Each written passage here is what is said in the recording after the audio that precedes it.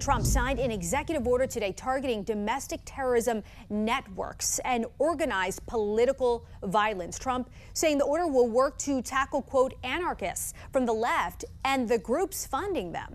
The National News Desk, Jeff Harris joining us. The announcement comes a day after that deadly attack that we mentioned at that ICE facility in Dallas, Texas. Jeff, break down what we know about this new executive order. President Trump says part of this executive order will work to dismantle what he calls domestic terror networks. The administration will be looking into who's allegedly funding these groups, and a joint terrorism task force will chase them down.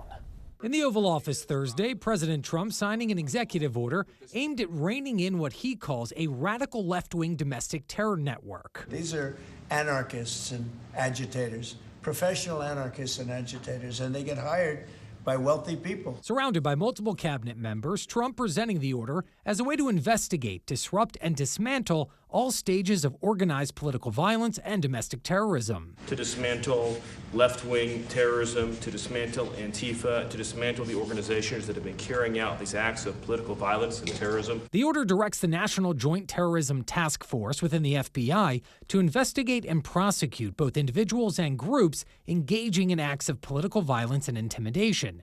FBI Director Kash Patel saying he plans to, quote, follow the money. People and organizations have collected funds and put them out into the streets of America and organized violence across our country. Trump claiming he knows some of the people allegedly funding these groups, but was vague when asked who. You wouldn't know it. You're at dinner with them, everything's nice, and then you find out that they funded millions of dollars to these lunatics. The executive order comes just a day after the deadly attack at an ICE facility in Dallas, Texas. DHS also stating assaults against ICE officers are up 1,000%.